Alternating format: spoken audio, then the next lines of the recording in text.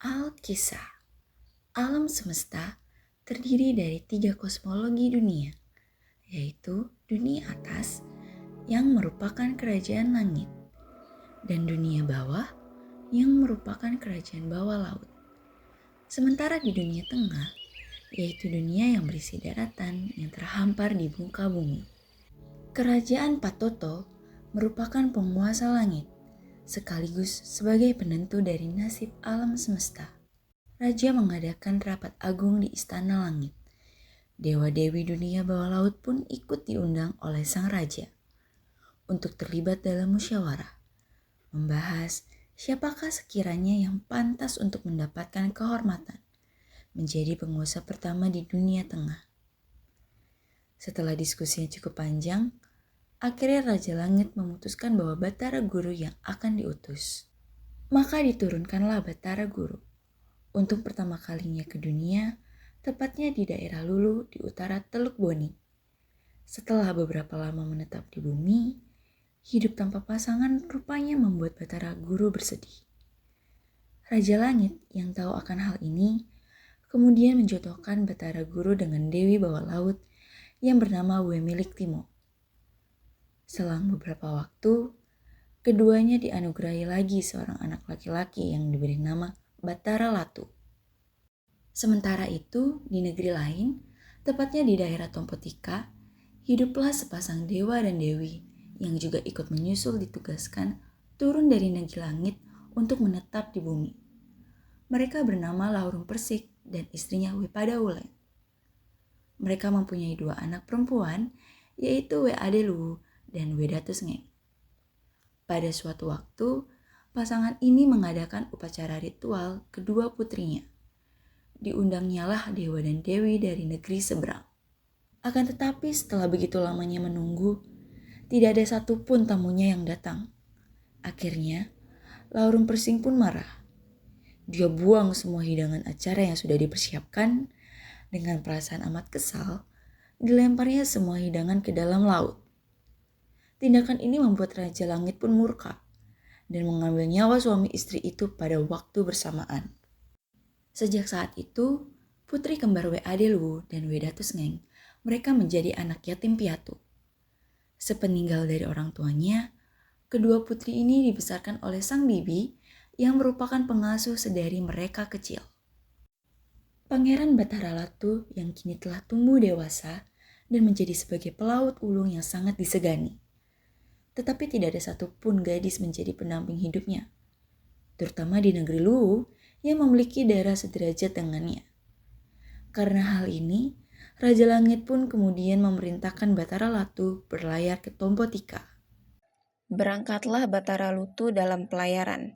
Sesampainya di tempat tujuan, betapa terkejutnya dia ketika di Tompotika mendapati 2 anak yatim piatu bernama Weadelu dan Wedatusning hidup dalam keadaan yang memprihatinkan.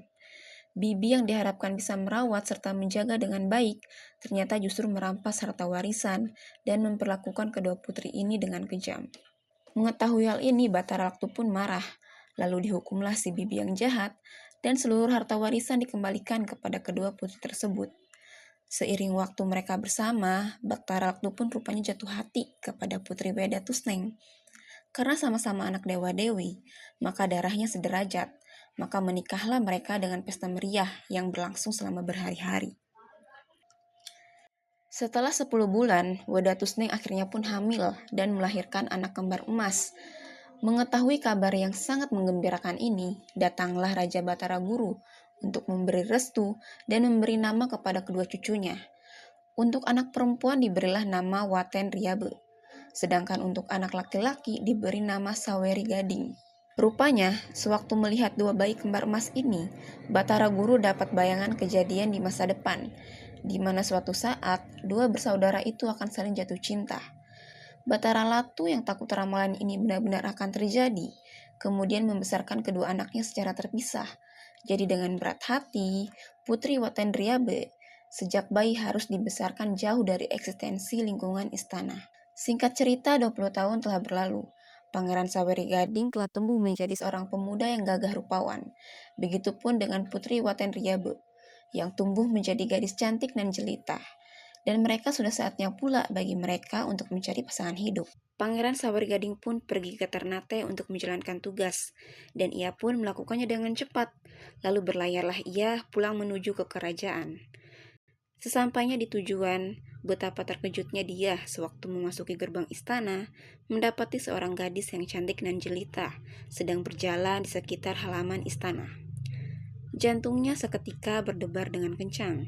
Ia yakin bahwa gadis itulah yang akan menjadi bakal jodohnya. Mereka pun berkenalan dan saling jatuh cinta satu sama lain. Sayangnya, wanita itu adalah Putri Watendriabe, saudara kembar dari Pangeran Sawery. Mengetahui akan hal ini, Raja Batara Latu pun segera memanggil kedua putra dan putrinya. Raja Batara Latu pun berkata, "Wahai putraku, ayah tahu tidak ada salahnya mencari pendamping hidup. Akan tetapi, perlu kamu ketahui bahwa gadis yang kamu cintai adalah saudara kembarmu." Kemudian, Raja Batara Latu menyuruh Sawari Gading ke negeri Cina untuk bertemu sepupu yang akan menjadi jodohnya. Berlayarlah Sawari Gading ke negeri Cina untuk menjemput Wecudai. Singkat cerita, menikahlah Sawari Gading dan Wecudai di kerajaan Cina. Pesta pernikahan pun dirayakan meriah yang berlangsung selama 7 hari dan dirayakan oleh seluruh rakyat negeri Cina yang juga ikut berbahagia. Setahun telah berlalu, Sawari Gading dan Wecudai pun dikaruniai seorang anak laki-laki yang kemudian diberi nama Ila Galigo.